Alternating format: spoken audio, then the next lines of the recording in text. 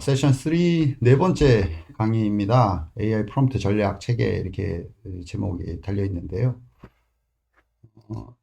내용은 이제 AI 프롬프트 전략 체계를 좀 구성해 놨는데요. 필요에 따라서 이제 수정 보완해서 사용하실 수 있도록 AI 프롬프트 능력이 매우 중요한 시대 아니겠습니까? AI를 얼마나 효과적으로 쓸 것이냐 뭐 이런 내용인데 여기서 필요한 이제 사고 방식, 생각하는 방식이 이제 비판적 사고와 메타인지 방식입니다.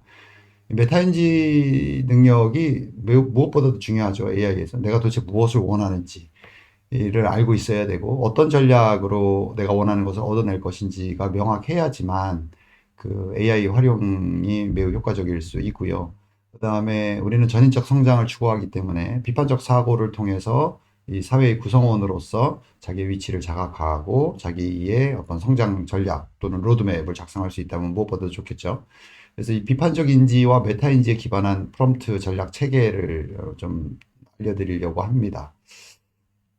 특히 이제 생성형 AI는 상관관계에 기반한 학습 패턴을 갖고 있죠. 예, 이 머신러닝이 다 상관관계, 인과관계를 말하지는 않아요. 확률적으로 답을 주는 거죠. 질문에 대해서. 그래서 인과관계, 그러니까 원인과 결과의 관계와 추론적인 능력이 이를 향상시키기 위해서, 그러니까 인간의, 사용자의 인과관계, 그러니까 과학적 사고죠. 그 다음에 추론적 사고 능력을 향상시키는 방법으로서의 AI를 활용하려면 이 비판적 사고와 메타인지 구성 요소에 맞게 프롬프트 전략을 짤 수 있다면 예, 상당히 도움이 될 것이다. 그리고 이것은 학생들의 전인적 성장에 도움이 되고 우리가 추구하는 이것의 AI 교육 모델의 취지에 부합한다. 일단은 이제 두 가지 요소를 말씀드렸기 때문에 각각 설명을 드리면 놀랍죠? 비판적 사고를 보시면 이렇게 아홉 가지, 세 가지의 영역, 그다음에 아홉 가지의 내용으로 구성되어 있습니다. 이 비판적 사고인데요. 비판적 사고, 비판하는 거 아니야? 이렇게 뭐 단순하게 생각하지는 않으시겠죠? 미래 교육 내용을 보시거나 아니면은 뭐 21세기 교육, 뭐 학습 나침반, 2030 학습 나침반에도 잘 나와 있고, 뭐 2022 교육과정 총론에도 뭐 굉장히 중요하게 우리가 다루고 있는 핵심 역량 중에 하나가 이 비판적 사고입니다. 그죠? 비판적 사고가 좀 이렇게 활성화되는 교실 문화는 아직까지 조금 이제 많이 좀 부족한 것 같아요. 이런 것들을 좀 확산시킬 수 있는 기회가 좀 있었습니다. 이 모델은 그 호주의 국립교육연구소에서 개발한 이 비판적 사고를 정말 제대로 하고 있는 게 맞냐라는 것을 평가하기 위해서 만든 프레임워크입니다. 그래서 이렇게 아홉 가지, 세 가지 영역, 아홉 가지 내용으로 구성되어 있어요. 그래서 보시면 지식 구성, 비판적 사고를 하는 이유는 새로운 지식을 생산하기 위함이고 기존에 있는 지식의 한계를 찾아내는 거예요. 그 다음에 추론적 평가, 논리적인 사고를 통해서 뭔가 새로운 결과를 도출한다거나 나의 주장을 정당화시킨다던가 그러니까 근거를 가지고 나의 주장을 해야 설득을 할 수 있는 거기 때문에 그 다음에 이것이 가설인 건지 가정인 건지 이것이 어떤 개인의 이익을 위한 건지, 뭐 이런 것들을 식별하는 능력, 이런 것들도 이제 다 비판적 사고에 해당이 되고요. 다시 지식 구성으로 가시면 기존에 있는 지식에 대한 어떤 특정한 패턴들을 찾는다거나 서로 다른 지식 간의 연결을 시켜가지고 새로운 지식의 아이디어를 얻는다던가 정보를 구별한다던가 이런 것들을 하는 것이 바로 비판적 사고이고요. 그 다음에 세 번째 영역인 의사결정은 비판적 사고를 통해서 우리는 뭔가 계획을 세우고 실행할 수 있는 거잖아요. 그래서 의사결정을 함에 있어서 의사결정의 기준을 식별하는 것도 중요합니다. 절차적인 거라고 볼 수도 있겠죠. 이게 정당한 절차를 거쳐서 나온 결과물인 건지 의사결정 기준에 대한 식별인 것이고요. 그 다음에 우리가 옵션이라고 보통 말하는 이제 해결책들에 있어서 어떤 그런 가능성이라든가 어떤 제약이라든가 이런 평가를 통해서 최적의 옵션을 선택하는 것도 비판적 사고에 해당이 되고요. 그 다음에 테스트하고 그 내용들을 관찰함으로써 제대로 구현되는지를 하는 것도 비판적 사고입니다. 이런 특히 이제 그런 테스트하고 모니터링하는 이런 의사결정 과정 내에 포함되어 있는 것들 메타 인지하고도 연결이 되죠. 이해되시죠?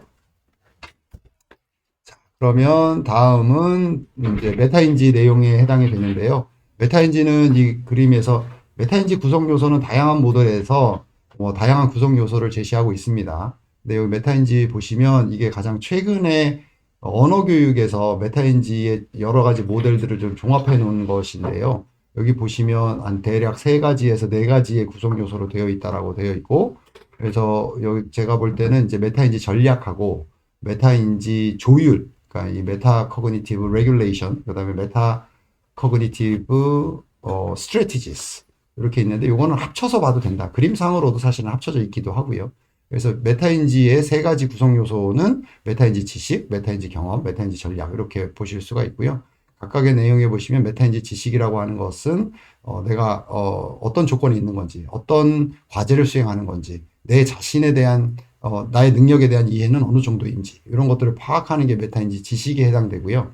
그다음에 메타인지 경험은 나의 이제 과거의 경험이나 이 문제를 대한 어떤 느낌이나 감정, 이것에 대한 어떤 할지 말지 또 잘할 수 있는지 이런 판단을 하는 것이 이제 메타인지 경험에 해당되고요. 그다음에 메타인지 전략은 내가 계획을 세우고 그 계획이 제대로 진행되는지 모니터링 할 수 있고 그 결과에 대해서 평가하고 이것이 순환 관계에 있다라는 거죠. 끊임없이 자기의 계획을 모니터링하고 수행 능력을 평가하고 그래서 다시 수정하고 이 과정을 메타인지 전략이라고 우리가 보통 봅니다. 이와 같이 메타인지는 3가지 구성 요소를 가지고 있고요. 그 다음에 이제 제가 추가한 내용을 보시면 화살표가 이제 밑을 향하고 있잖아요. 메타인지를 작동시켜서 어떤 문제에 대해서 화살표를 좀 바꿔야 될 것 같기도 한데 문제를 이해하고 학습 전략을 구성하는 거죠. 그러니까 학습 전략을 이 상황에서 비판적 사고를 통해서 어떤 식으로 이 문제에 접근할 것인지, 이 문제를 어떤 방식으로 해결할 것인지, 누구와 협력할 것인지 이런 전략들을 세울 수 있잖아요. 그러니까 메타인지가 작동해서 학습 전략을 세워야 되는데 우리 기존의 교육은 문제는 뭐냐면 학생들이 주체가 되어서 자기의 메타인지를 작동시켜서 그 문제에 접근하고 해결하는 방향으로 가는 게 아니고 그런 내용들을 이미 다 주고 거기에 따라서 문제를 한번 해봐라 라는 식으로 했기 때문에 사실은 우리의 전통적인 교육 방식에서는 개별 학생들이 갖고 있는 메타인지 능력을 이렇게 향상시키는 방향으로 수업이 설계되어 있지 않았던 거죠. 그러다 보니 이제 우리가 영어로는 스푼 피딩이라고 하잖아요. 떠먹여주는 이제 교육을 했던 거죠. 공부만 열심히 해, 뭐 이런 식으로. 그리고 이 학습 전략을 가지고 우리의 주어진 문제나 지식을 파악하는 거예요. 그러면 이렇게 메타인지에 기반한 학습 전략을 세운다라고 하는 것은 다시 나의 메타인지를 강화시키는 방향으로 순환 구조를 만드는 거거든요. 그러면 보시다시피 메타인지는 학생이 갖고 있는 것이고 학생 또는 학습자가 갖고 있는 것이고 학습자의 메타인지가 강화되는 방식으로 그죠? 예, 모든 수업 설계가 되는 거죠. 그러면 성장 중심의 교육을 하고 있다라고 말할 수 있는 겁니다. 그래서 수업 지도안을 이렇게 봤을 때 얼마나 학생들을 주체로 세우고 있는가 그것은 학생들의 메타인지의 구성 요소들을 얼마나 작동시키는 방식으로 활동이 설계되어 있고 평가를 설계했는가를 기준으로 보면 이게 학생 중심 교육의 수업 설계인지 아닌지 판단할 수가 있는 거죠. 예, 좋습니다. 그래서 요거는 뭐 자세하게 설명할 필요는 없을 것 같아요. 왜냐하면 비판적 사고 영역 9가지하고 메타인지 요소 3가지를 교차시켜 가지고 가능한 프롬프트를 써놓은 거거든요. 그러니까 요거 중에 선별적으로 우리가 가져다가 수업에 적용할 수도 있고요. 아니면 교수 전략으로 개발하셔도 되고요. 그 다음에 상황에 따라서 질문도 바뀔 수 있는 건데 이런 구성 요소들을 교차시켜서 만들 수 있다라는 거를 보시면 되죠. 지식의 격차를 식별하는 것에서는 조율, 지식 격차를 식별하기 위해서 어떤 종류의 기술이 적용할 수 있나요? 라고 AI에게 프롬프트 할 수 있는 거죠. 질문할 수 있는 거고.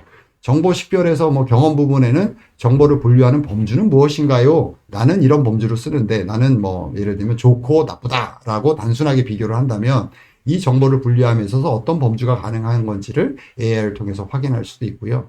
그다음에 패턴 식별 및 연결해서 지식 영역 보시면 논증을 형성하는 패턴이 무엇인지 이런 주장이 있거나 이런 정보가 있는데 이런 주장이 타당하려면 어떤 패턴을 가지고 이렇게 하고 있는지에 대한 지식의 구조를 파악할 수도 있을 거예요. 그죠? 요거는 이제 지식 구성을 위한 비판적 메타인지 프롬프트에 해당이 되고요. 두 번째는 이제 추론 평가를 위한 비판적 메타인지 프롬프트가 해당이 되는데 논리적 적용, 가정과 동기. 여기서 가정은 assumption, 가설 같은 거예요. 그 다음에 주장의 정당화 이렇게 보실 수 있고 논리 적용에서 경험 보시면 논증을 형성하는 어떤 추론 유형이 있나요? 추론하는 방법도 여러 가지가 있어요. 그죠? 그래서 어떤 하나의 추론 방법만 따르기보다는 여러 추론 방식을 통해서 문제를 이해할 수가 있겠고요. 그 다음에 가정과 동기에서 경험 보시면 가정에 도전하거나 지지하는 방법은 무엇일까? 이 가설이 또는 이 동기가 어떻게 도전될 수 있는지 아니면 어떻게 지지해 볼 수 있는지 그런 방법은 없는지 이런 것들에 대한 질문이 가능할 거고요. 뭐 유치원이든 초등 저학년이든 이런 경우는 요 내용들을 좀 더 쉽게 캐릭터를 적용해 가지고 할 수도 있겠고 고등으로 올라가면 뭐 이걸 그대로 쓰셔도 상관은 없을 것 같아요. 그 다음에 주장의 정당화에 또 지식 보시면 어떤 반론을 포함해서 강력한 주장을 구축할 수 있는지 내가 주장하고자 하는 것들을 어떻게 효과적으로 구성할 수 있는지에 대한 거를 AI에게 요청할 수 있겠죠. 다른 것들은 또 읽어보시면 또 이해되실 테니까. 그다음에 마지막으로 의사결정을 위한 메타인지 프롬프트 보시면 의사결정 기준을 식별하는 거예요. 이 의사결정을 만드는 것도 되고요. 의사결정을 하기 위한 그러니까 앞에다 붙일 수 있겠죠. 형용사를. 민주적인 의사결정 이렇게 할 수도 있겠죠. 또는 포용적인 의사결정. 뭐 소수자가 차별받지 않는 의사결정 뭐 이런 식으로 만들 수 있을 거예요. 조율 보시면 문제의 기준을 결정하기 위해서 어떤 이론을 적용할 수 있는지 AI에게 물어볼 수 있을 것이고요. 옵션을 선택할 때에 뭐 경험 보시면 이 옵션이 이 목표에 적합한지를 어떻게 알 수 있는지 사례가 있는지 예시를 좀 시나리오를 만들 수 있는지 이런 식으로 우리가 또 AI를 활용할 수 있겠고요. 마지막으로 테스터 및 모니터 관찰 구현을 할 때에는 뭐 지식을 볼까요? 선택한 테스트 모니터링에 내재된 잠재 위험은 없는 건지 또 다른 타인의 사용자 입장에서 이러한 해결책이 어떠한 뭐 방해 요소나 아니면 위험 요소가 없는지 미리 또 AI를 통해서 확인할 수 있겠죠. 예, 이런 식으로 이 비판적 사고나 비판적 사고 또 뭐 메타인지 사고뿐만 아니라 다양한 창의적 사고, 뭐 윤리적 사고 이런 것들이 있잖아요. 그죠? 사실은 다 우리의 사고 역량을 키우는 거여서 뭐 민주적 의사결정, 창의적 사고, 윤리적 사고, 또 뭐 분석적 사고, 뭐 여러 가지 형태들의 사고들이 있어요. 다 그게 그 인지적 구성으로 되어 있는 하나의 프레임들이거든요. 그러면 그 요소들을 좀 보시고 이걸 교차시키는 메타인지와 겹쳐시키는 방법으로 해서 선생님들만의 독특한 또는 선생님의 수업에서 추구하는 학습 목표에 맞는 프롬프트 체계를 만드실 수 있습니다. 그리고 또 당연히 학생들에게 이걸 과제로 줄 수도 있겠죠. 아주 단순한 것부터 복잡한 것까지. 이해되시죠? 이런 방식으로 AI를 적극적으로 활용할 수 있겠습니다. 예, 질문과 의견 있으시면 알려주시면 좋겠습니다.